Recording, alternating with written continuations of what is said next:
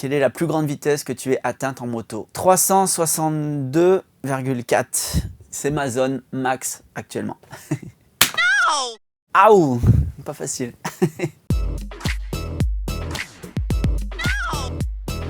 Ton premier souvenir sur une moto? J'ai habité sur la Côte d'Azur avec mes parents. Mon père m'a emmené faire un petit coup de karting et moi j'ai pas voulu faire du kart, j'ai voulu faire de la moto. Et il y avait une petite moto, j'ai dit moi je vais essayer ça. Du coup ouais, je pense que j'avais 9 ans. Pourquoi doit-on absolument suivre la saison 2025 de MotoGP? Moi, c'est ma deuxième saison sur la Honda et ça commence à bien progresser. Du coup, il y a de la chasse au podium si on y croit fort, fort, fort. Ensuite, il y a quand même le retour de Marc Marquez.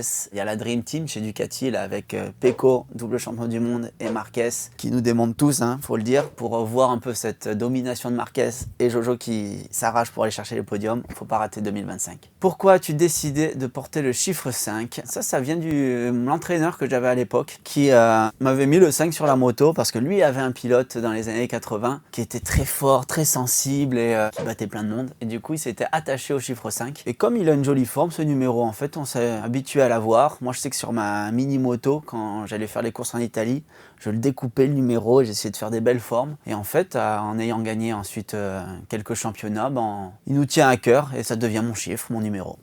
Tu ressens quoi quand tu es sur ta moto? Une adrénaline de folie. Je pense qu'il y a un sentiment de liberté aussi, de partir et pouvoir aller maintenant. Je vais à fond et je repousse mes limites. Quand on dépasse les 300, on se rend compte qu'on fait des choses qui sont pas trop normales. Et en fait, ça, c'est excitant. Peux-tu nous parler de la série Team Zarco, actuellement sur Canal+.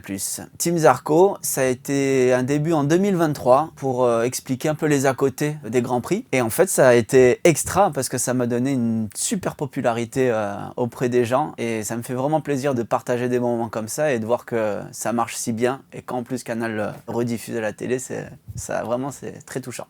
La course la plus importante de cette saison, c'est dans quelques instants. T'énerve de retourner à la réalité comme ça. That's why je suis pas fan. Johann Zarco, et il fait le meilleur chrono.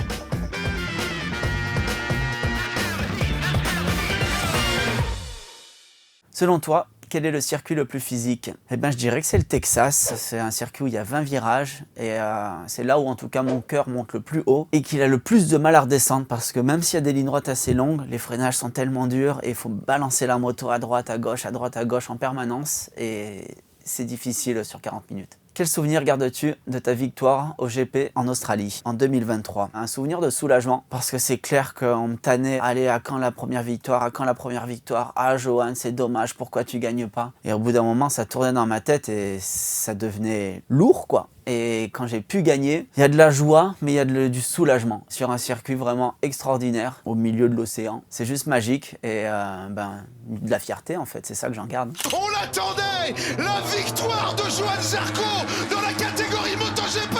Il le fait, oui, Johann Zarco est vainqueur de Grand Prix. Ça y est. À quand Johann Zarco 24 heures du Mans moto? Je sais pas, dans au moins 2 ans, 2-3 ans, j'aide un peu des pilotes qui font les 24 heures du Mans moto cette année. Et il y en a un qui s'est un peu blessé. Et des fois, je me dis, est-ce que je prendrais sa place? Mais non, 24 heures, c'est dur physiquement. Du coup, pour l'instant, il faut que je les mette de côté.